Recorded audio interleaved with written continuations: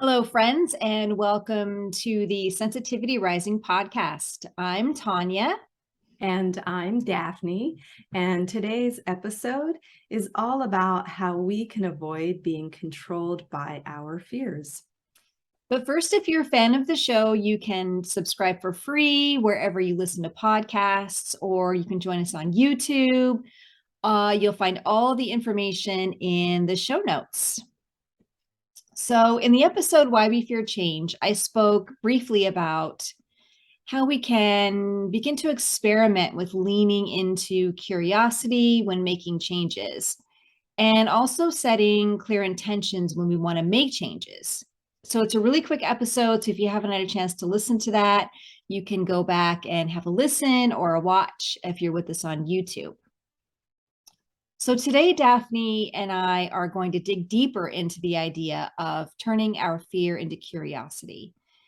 And it's really just about reframing our thought process about how we interpret our fear and how we deal with our emotions around the unknowns of really around everyday life. Because even if our lives maybe feel predictable, we truly have very little control, right, of what goes on outside of our thoughts. And this is where the stories we tell ourselves and the fears we attach to them can become really important, especially as sensitive people. Definitely. So we can start by just considering what is fear exactly, because we all know when we feel it, but oftentimes we can experience fear and we aren't exactly sure why, because it doesn't always make logical sense. Mm. So, fear is defined as a response to physical and emotional dangers, and it's part of our evolution. It's a really important part of our survival mechanism that has been passed down to us from our ancestors who often had to face true life and death situations on a regular basis. So, their fears help them to survive, and that has allowed us to be here now. If we didn't feel fear, we wouldn't be able to protect ourselves from legitimate threats. So it's a very important feeling for us to have. The issue is that these days in our modern lives, the threats to our actual survival tend to be a whole lot lower for most of us than they were for our ancestors. But even with that being the case, we can still end up developing even extreme fight, flight, or freeze responses to specific objects or to specific scenarios in our lives. And, just as an example, how many of us have, like an extreme fear of spiders or snakes, or have that extreme reaction if we have to, say, speak in public? So sometimes things like that can actually bring up almost paralyzing fear in us. And we can also just have fears that are holding us back from doing things that we genuinely want to be able to do in our lives. So today we're not really going to be focusing on legitimate phobias or fears that are a result of trauma that we have experienced, or threats due to real violence or conflict in the world, but instead we're going to be speaking about the fears that can hold us back from living the life that we want to live and that we all deserve to live. Yeah, Daphne, when I think about most of the fears that I have, I always think of that story. It reminds me of the story of the snake and the rope. I'm not sure if you're familiar with that story. You probably are. Yeah. Um, for those of you listening and watching, the story is about a man who was walking at night when he saw a poisonous snake in the middle of his path. So he turned and ran because he was afraid of this poisonous snake. He turned and ran as fast as he could in the opposite direction. The next morning, he still needed to go where he was starting off last night. So he walked the same path in the daylight. And when he was walking it in the daylight, he saw that the snake he ran from, that he was so afraid of, was actually just a coiled rope lying in the middle of his path. So what he thought was a legitimate threat, right, that he couldn't see clearly and something to fear, was really only something that he was conjuring up in his imagination, because his mind was trying to protect him, right? Protect him from a perceived threat. And in that moment, the night before, if he'd been able to, instead of running away, right, instead of being so afraid, if he was just able to pause and look closer, to be curious, right, about what he saw in the path, instead of being fearful, then he would have seen that nothing dangerous was actually preventing him from moving forward. What do you think about that, Daphne? How do you feel about that? I think that is such an important point, because I know for myself, I have learned time and time again that we cannot always believe our thoughts. And, and I think in a case like that, maybe it isn't the worst thing in the world if we think that there is a legitimate threat to Mhm. our safety. Like, maybe it's okay that he waited until morning when he could Yeah. discover that it was a rope. But oftentimes there are things that we're afraid of that that feel like they're a threat to our safety when it really isn't. There's a well-known psychologist, and I think there's quite a few people that we could attribute this statement to, but I know that Rick Hansen, the psychologist, has been really fond of saying that the brain is like Velcro for negative experiences and negative thoughts, and Teflon for positive ones. Hmm. And that's because the brain has an inherent negativity bias.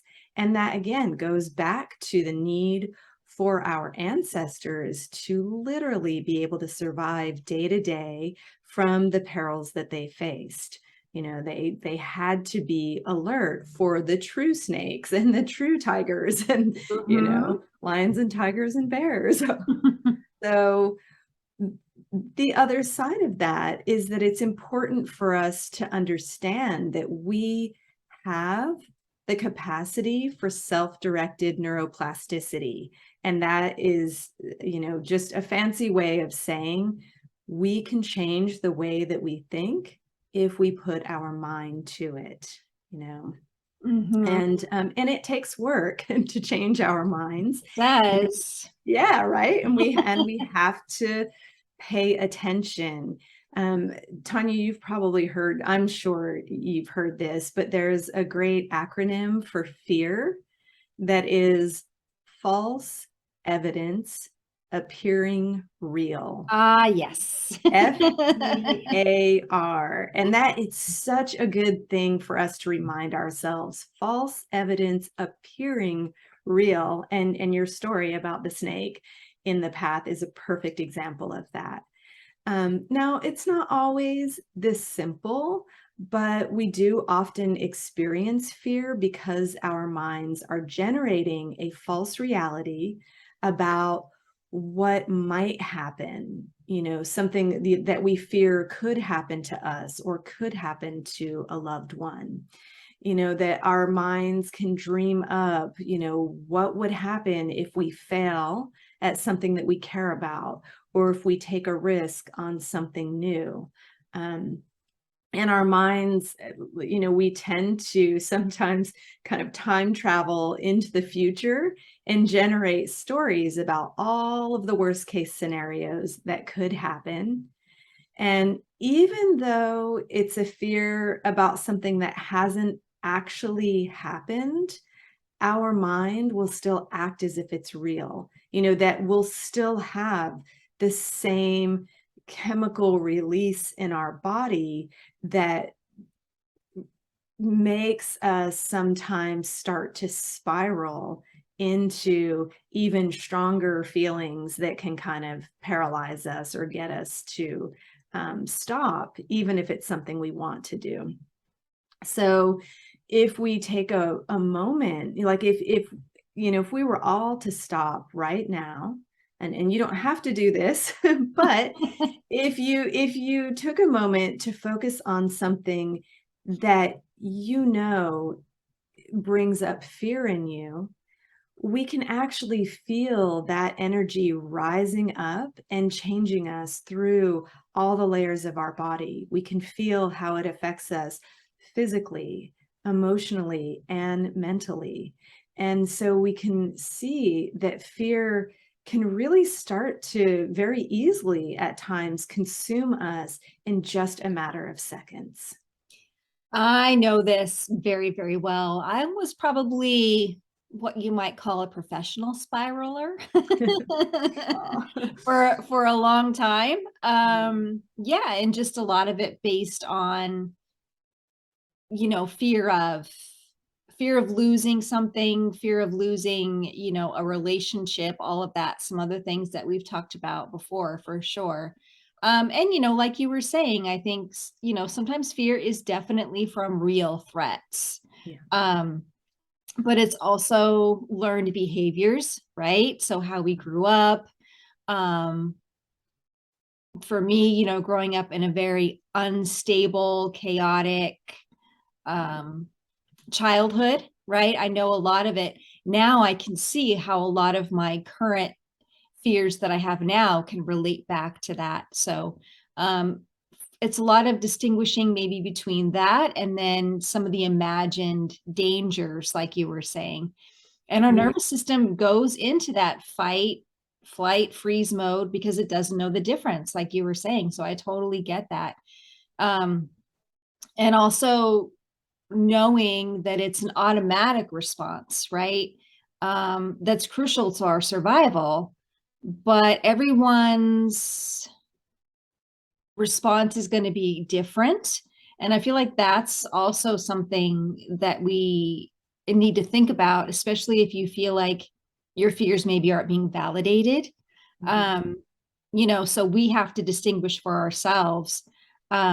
And to know that, it is highly personal and it's not going to be the same for everyone.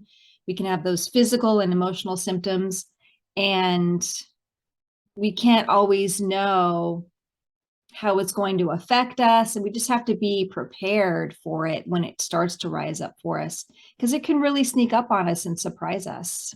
Absolutely. And we what we don't want to do is or what we do want to do is to be able to um not just ignore our fear when it comes up. So if we're out and about in the world and we get a gut instinct that Mm-hmm. something is wrong, better to be safe and get ourselves into a safe location or whatever. And to it's not that we should ignore those senses that come up, those gut instincts. Mm-hmm. And at the same time, I think, what you were speaking to of, especially, when we've experienced trauma in the past, or we've had, chaos in our lives, that we start to notice sometimes patterns around our fear, where, maybe it's something that a loved one says or does that triggers us and brings up that fear reaction that can Yep. sometimes feel like anger, or can feel Mm-hmm. different ways. Like you were saying, it can feel different ways at different times. Our reactions can be different, and it's being able to start to distinguish between those kinds of situations where we're not actually in danger, and that maybe we can start to get a little more curious rather than just reacting to those kind of sneak attacks that come Mm-hmm. up. And that's where pausing and really developing that self-awareness is so important, I think. Absolutely. Um, you know, so I wanted to share this example because when we talk about things that can come up sort of in a repetitive way for us, one thing that I started to notice in my own life was that oftentimes whenever I had a family member that had to travel and be driving on the highways, that I would get fearful. And this really started being highlighted for me as my kids hit driving age. And so now, as my son makes the drive between college and home each season, which is just a few hours away, but I notice that fearful thoughts arise in me of the potential of him getting into an accident. And, and as the first time it happened, I felt myself like kind of start to spin into that, oh my gosh, thinking of all the worst case things that could happen. And I'm not going to be, and I'd even tell myself, like, I'm not going to be able to relax until I know that he safely arrived. And then it's helpful to stop and ask, like, is that beneficial? Because this is something that's going to happen over and over again. And how many hours of my life am I willing to trade, and to give up or be in a really charged state, just because I'm dreaming up the worst case scenarios.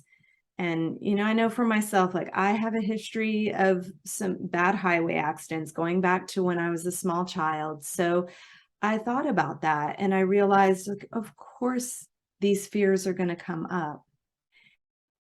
And I have a choice. I can do, yes, I can choose to sit there and worry for 3 hours until I get confirmation that my son is safe.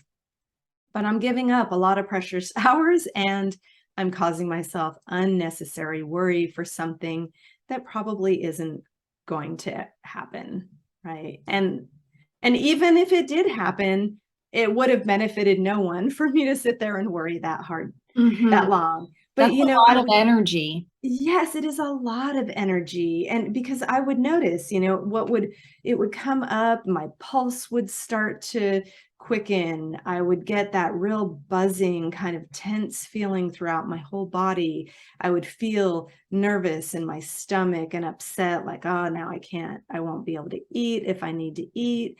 And then as those uncomfortable feelings would come up, it would basically trigger for me to think that something must be truly wrong.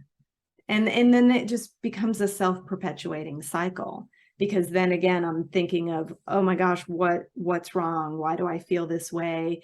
And, and something must be wrong. And now I'm kind of spinning into this state of worry where I can't focus really on anything else until it's resolved. Does that make sense to you, Tonya? It makes perfect sense to me. Yeah, I've had many, many of those experiences myself. And I think that really highlights how all the layers of our body are so obviously connected, right? It's that memory that's triggered for you, and it puts that thought, and then it starts affecting your nervous system, your body is changing, all of these things. And it can be really hard to pull ourselves out of that. And it can take a lot of time, awareness, and practice for sure. For me, I think probably the best way to describe it is my fear lives in my digestive system. So any fears I have, stress I experience, all of it happens in that energy center of my body.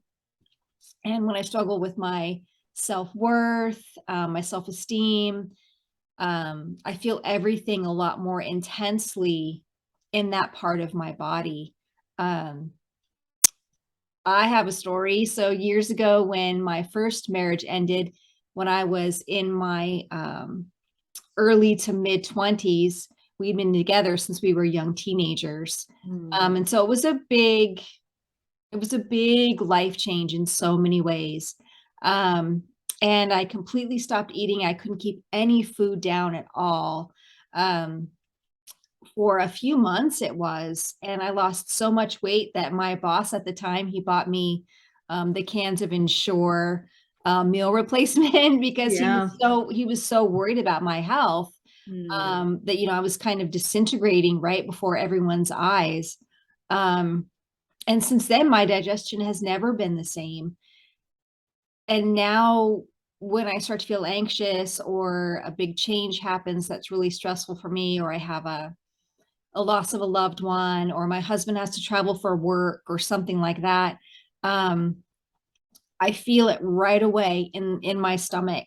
And I really have to pay close attention to what's really going on and what's causing it, so I don't start that spiral.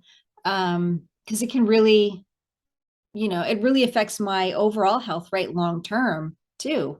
And so Yeah. that's something we have to think about as well.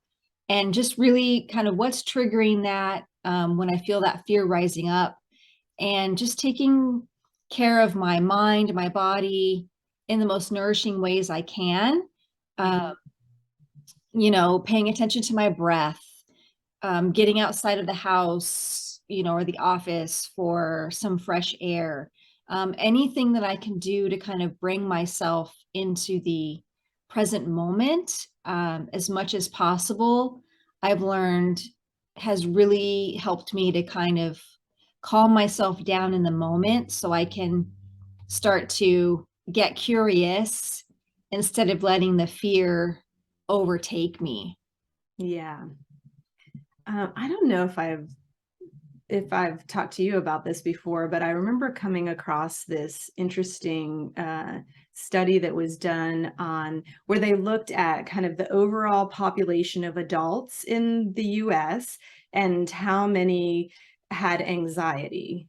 And it was it was a decent number, but then they looked at just people who have IBS, who have been diagnosed with irritable bowel syndrome, which is kind of a catch-all that they often give, diagnose that is given when they don't know exactly what's going on with someone's digestion.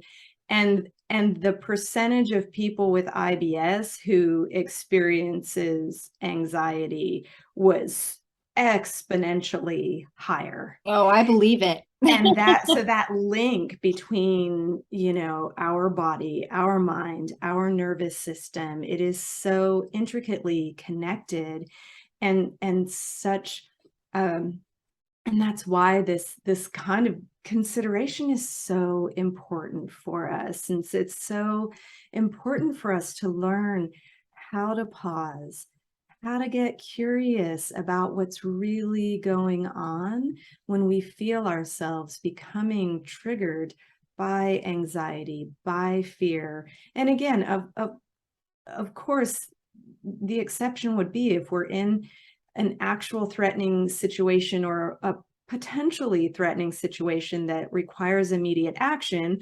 We don't want to just stop and go, well, let me just, if I'm in a Yes. dark alleyway and I get a gut feeling, you know what, just go ahead and get out of there. Yes. But if you're not in a dark alley and you're not walking down a trail where there could be a bear around the corner, Yeah. then maybe, stopping and pausing and checking in and getting curious can be so helpful. Mark Twain has a great quote that I've had a lot of worries in my life, most of which never happened. That's one of my favorites. Yep. So, here's is maybe we want to consider how can we start to shift our mindset out of fear so that we don't cause ourselves unnecessary stress and suffering. Because again, that I think if we just allow it to be a knee-jerk reaction and we just allow ourselves to become consumed by it, then it can start to have negative impacts on our overall health and well-being.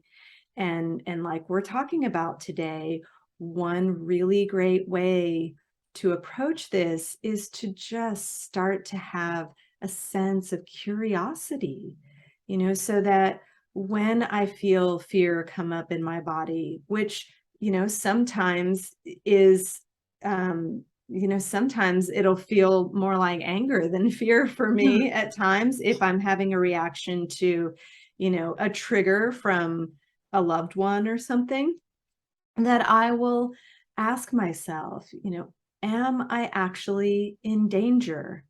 Or I will, ask, what thought did I have right before that feeling came up?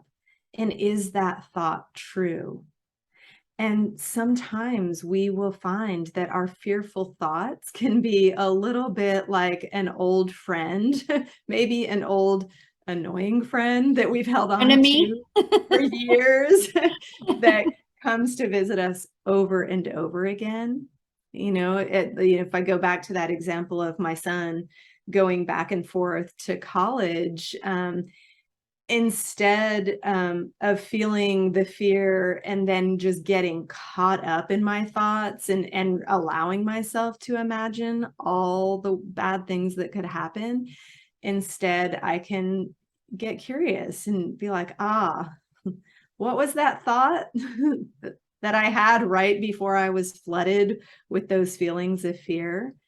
And then I can take a moment and just get grounded. I love the practices of simply bringing my attention back to the present moment by feeling my body, like feeling my feet against the floor, by starting to scan the room around me so that I can literally see that there is no proverbial tiger waiting to pounce on me. There's something like, literally, if we move our head and take in the details of our surroundings, we are signaling to our more primitive brain, we're showing it there is no immediate threat. We can start to even start to purposefully manipulate our breathing a little bit. So, for example, when we experience fear, it's really normal for our breathing to become more shallow. We'll often start to breathe a little bit faster and breathe into like our heart and upper chest. And so instead, maybe we take a moment just to exhale completely. If we're already feeling stressed, it can be hard to say like, I'm just going to take a deep breath in, because it can be hard to do that when we're already in fear, but we can just use that little bit of effort to exhale fully. And if we do that a few times, we'll usually find that our breathing will naturally slow and it will naturally deepen. And that signals to our nervous system that it can start to chill out on sending out those stress hormones. So I also like to practice having some compassion for myself for having the fear in the first place, and to remind myself, it's okay. It's normal. This is, it's a survival response. And I don't have to spend my time worrying about things that aren't actually true. Because, if we start to move through life and we are making our decisions from a place of fear, we will not only, like you said, like it takes a lot of energy to be in that space. So we're not only, conserving our energy, but we're not closing ourselves off from being able to maybe try new things, or to just be present, with the people that are here right now, or the things that we can do in this moment, rather than just stressing out. For sure. So, I think another way that we can start to develop like the courage. So when I think about fears, there are those things that just trigger us. And then there's the fears that come up because maybe we want to try something new, but we don't know. We're worried about what's going to happen, right? We're worried about, well, what if it doesn't work? What if I fail? What if, what if? There's all kinds of things that can come up.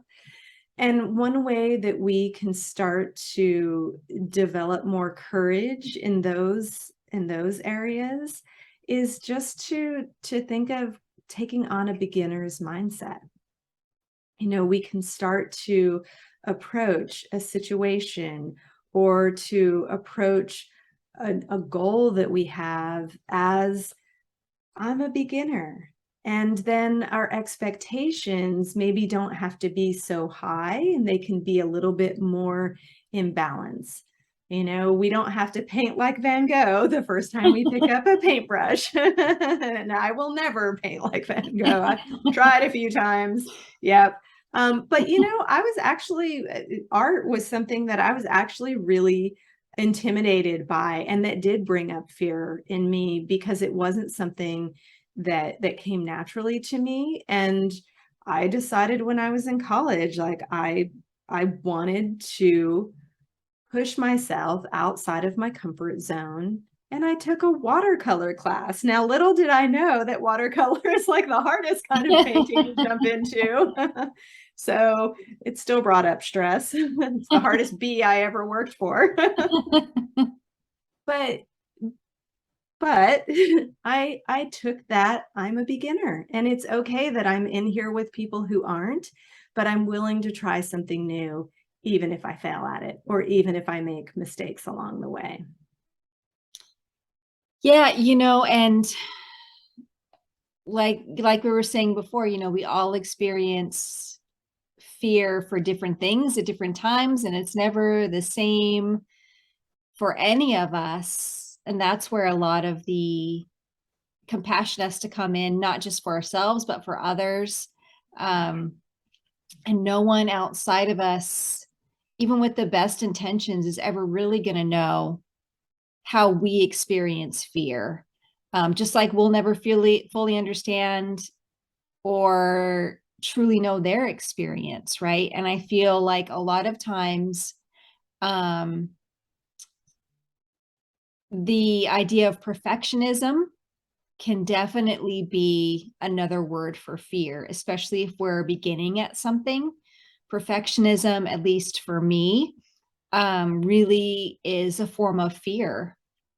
So keep tweaking something, keep working on something, because it's just not quite right. And, instead of just putting it out there, whatever that thing might be, whether it's your watercolor painting or, creating another kind of creative project or writing a book or even a blog post or something like that, something that you're really passionate about, but you're afraid to put out there. But instead of labeling it as fear, you can label it as perfectionism.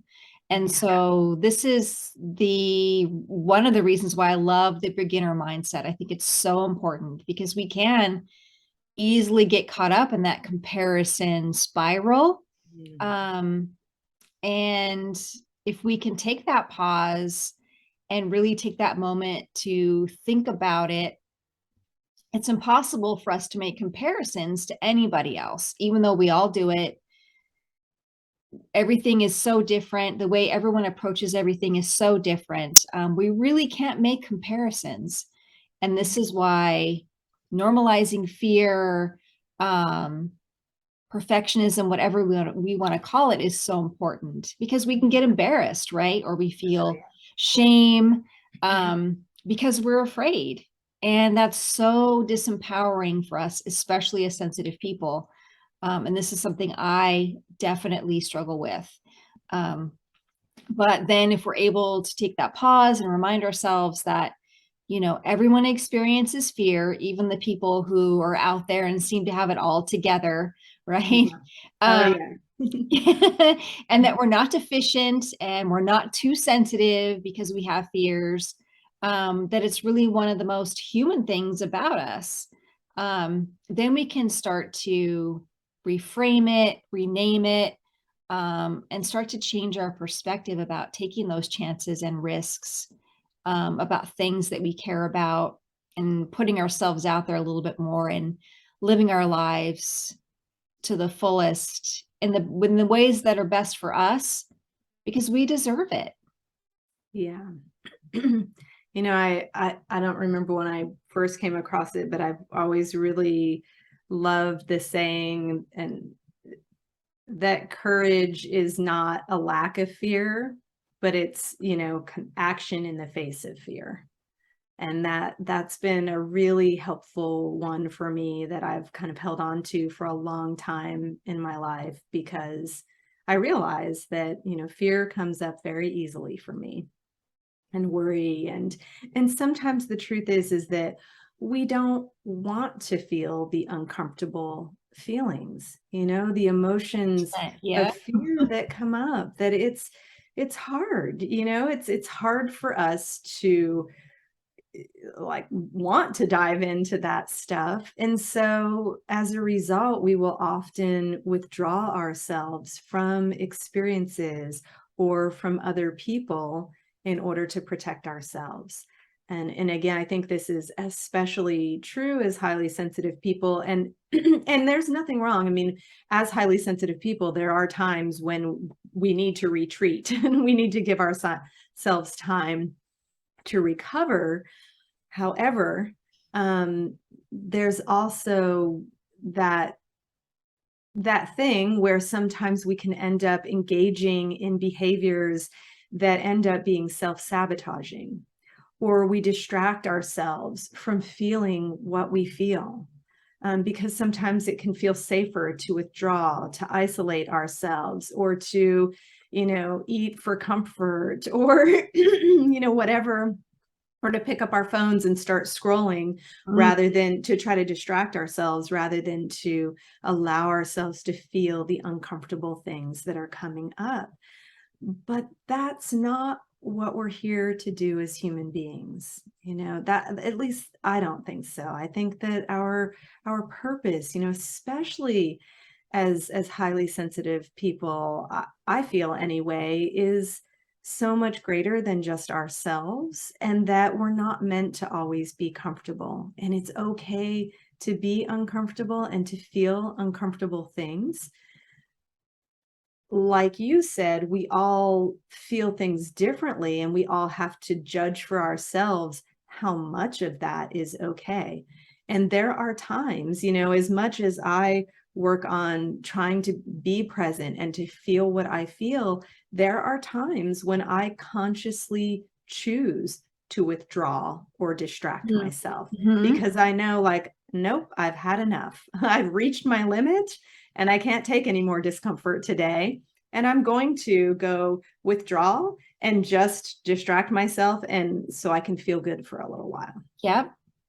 But I think that the world needs the voices of the highly sensitive people. The world needs the perspective that we can share as highly sensitive people. And and this can be a hard thing for us to reconcile, because we feel things very strongly and sometimes very, very intensely.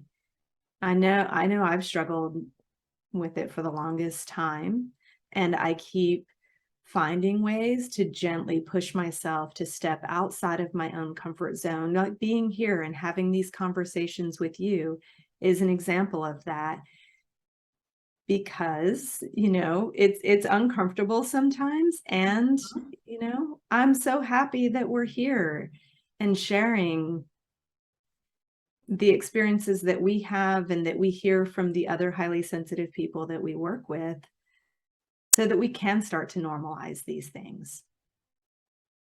Yeah. So, we can ask ourselves at times, am I scared of feeling a certain way, or afraid of experiencing certain emotions because the feelings sometimes feel overwhelming?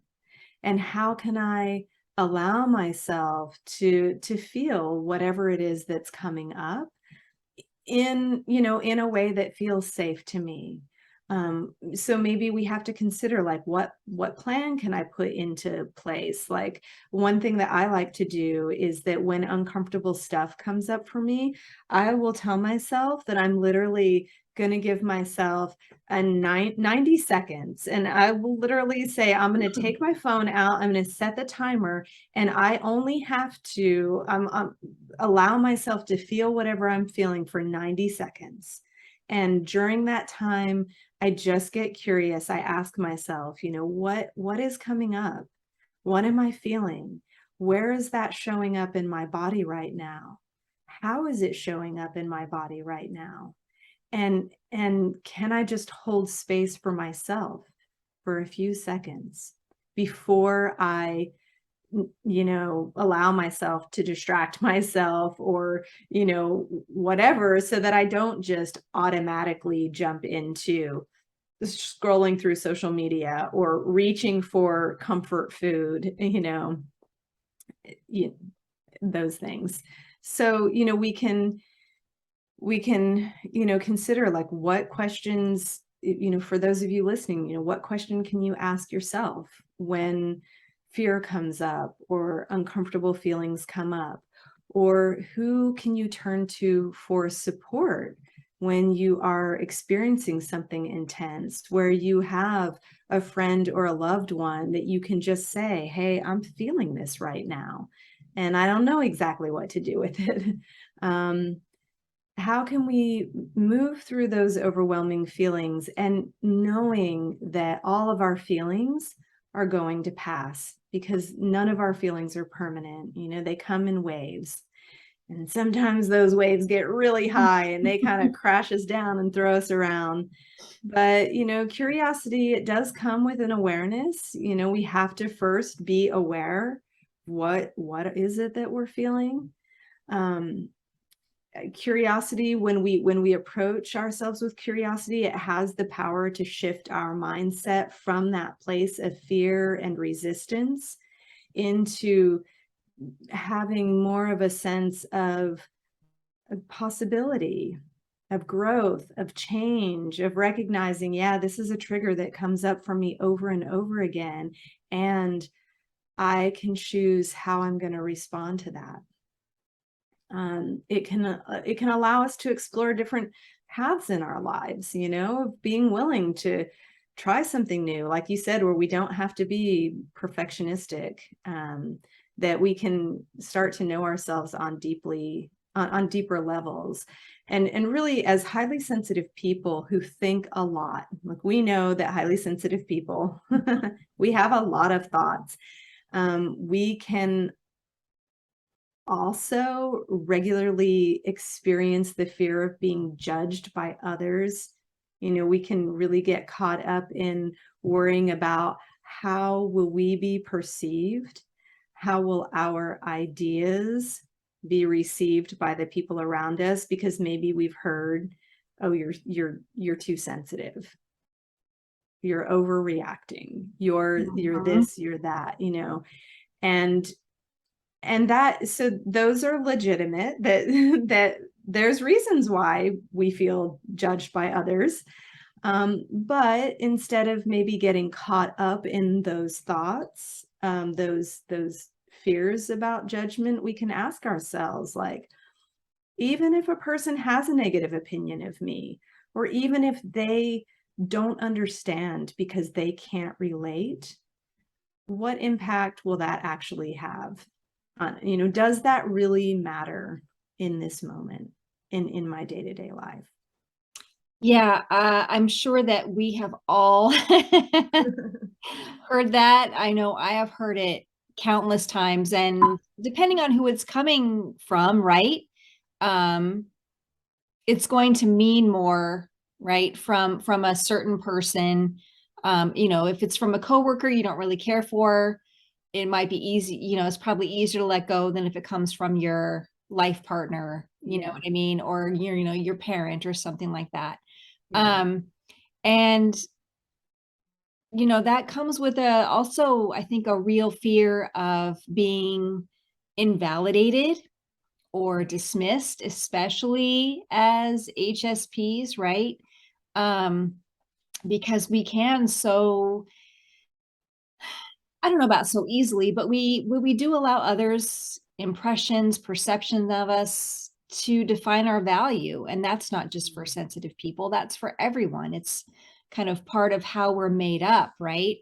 Um, but it's if we choose to kind of bow to their expectations of us, um, is where it really starts to affect us. Or if we really can see that they have a very limited ability, even the people with the best intentions, they can have a really limited ability to recognize our worth, especially Yeah. as sensitive people. If we're introverted or we don't express ourselves in the ways that others expect us to, um, we can get overlooked, Yeah. kind of pushed to the side. I know I've had this happen to me countless times, um, not being able to use my voice, which thankfully is slowly changing with a lot of work. A lot Mhm. of work. One of the reasons why I'm here talking to you. Yeah. um, and so, when I still feel this way, it's just how I approach it now is changing. And so I try to ask myself, is my sense of worth, my is who I am, at stake in this moment, or is it really dependent, like you were saying, on this person's idea of who they think I am, right? Not necessarily who I am, but who they believe me to be. Mm. And if it is dependent on that, why? And where is it coming from? Yeah. And, I've also heard people say, and this kind of goes back to what we were talking about before, especially um, some of the fear that you have around your son driving to college, right? Is just ask yourself, well, what's the worst that can happen? And I really don't like that question. I don't like the idea of asking myself what's the worst that can happen, because depending on what our state of mind is, right? Um, I don't think that's necessarily a great road to travel down, because we can start to spiral. Yeah. Um, Instead, I like to ask myself, I wonder what might happen if.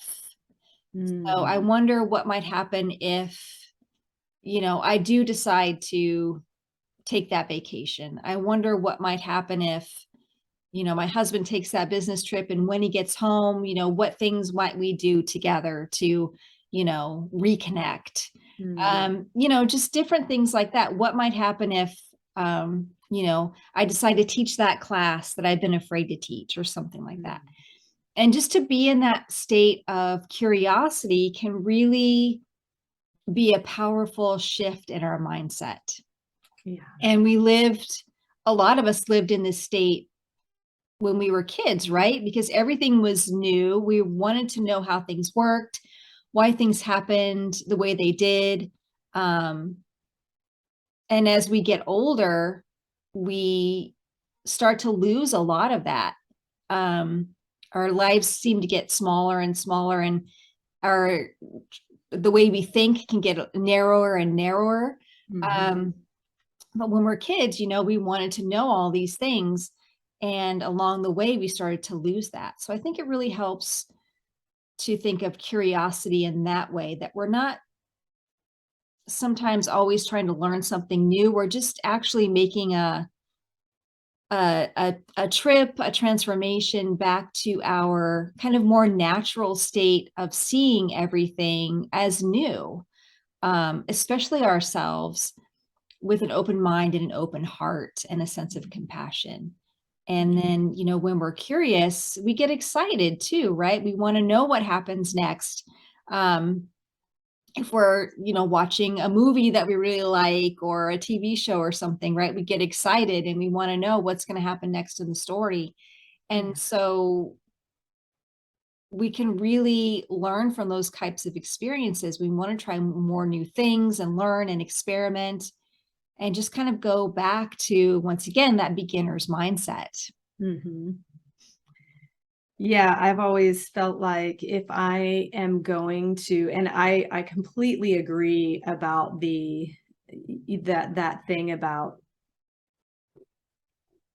asking, what's the worst thing that can happen? Like sometimes that's a dangerous road to travel. 100%. And for myself, like something that I've done before when I did need to, or when I did feel the need to explore something a little like a fear a little bit deeper, was that I would tell myself that I'm going to, first of all, if I'm going to consider what's the worst thing that can happen, I'm going to set a time limit for myself so that I can't spiral on and on and on about it. And I'm going to give myself at least an equal amount of time to consider what's the best case scenario. Mm-hmm. Good. And I follow up with that part of it. And, and sometimes it will be like, okay, well, and ask myself, well, and so what? Like, what's the worst case scenario? And so what? And then what? And then what? What would be the next step? What, so that you can start to imagine. So I think sometimes a thoughtful question that we can ask ourselves, but can be difficult, is what am I actually afraid of?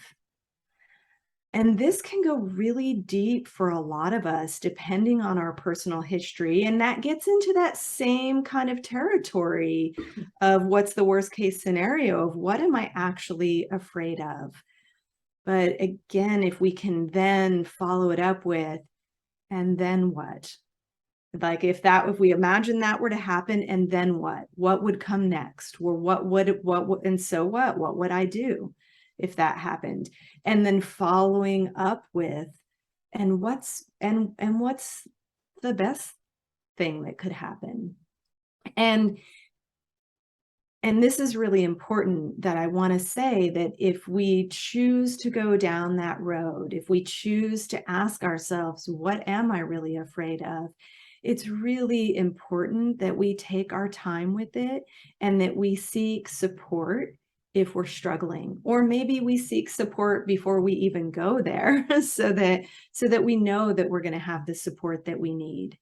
And, if we aren't exactly sure of what's driving our fear, then it can be difficult to move through our fears sometimes. And trying to just shift into a mindset of curiosity isn't necessarily as helpful if we aren't willing to kind of address and look at what's the source of the fear in the first place.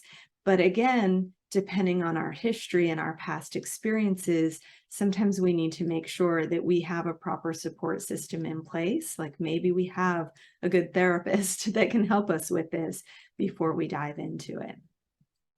So, one thing I would say is that for anyone out there listening, is that if you do struggle with worry, fear, or anxiety, and you are interested in going deeper into this kind of work, you are welcome to check out my Freedom from Anxiety program. You can book a complimentary call with me. You'll find the link to the program information in the show notes, but you just go to my website, yogiranger.com, and check out my course, Freedom from Anxiety.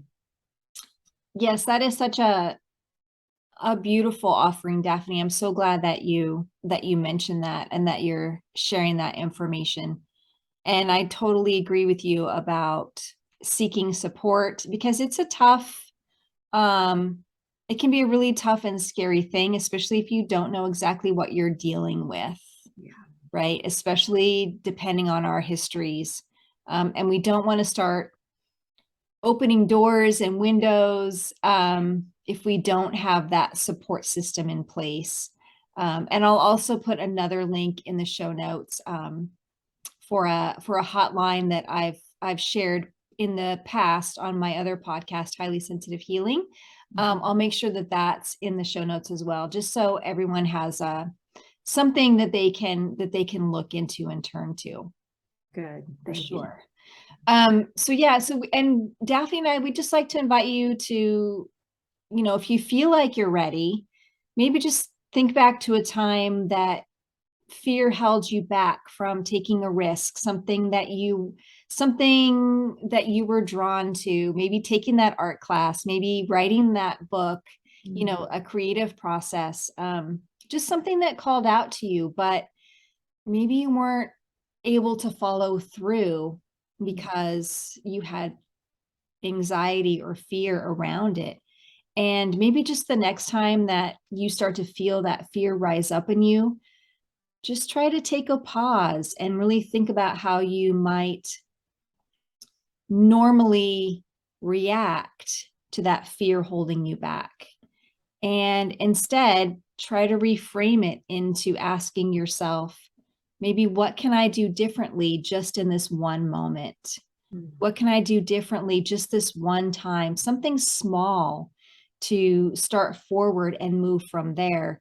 And it's going to be different for all of us, the answers that come up in different times. I love this quote from Yoko Ono that really just kind of brings everything kind of full circle. And this quote really resonates with me a lot.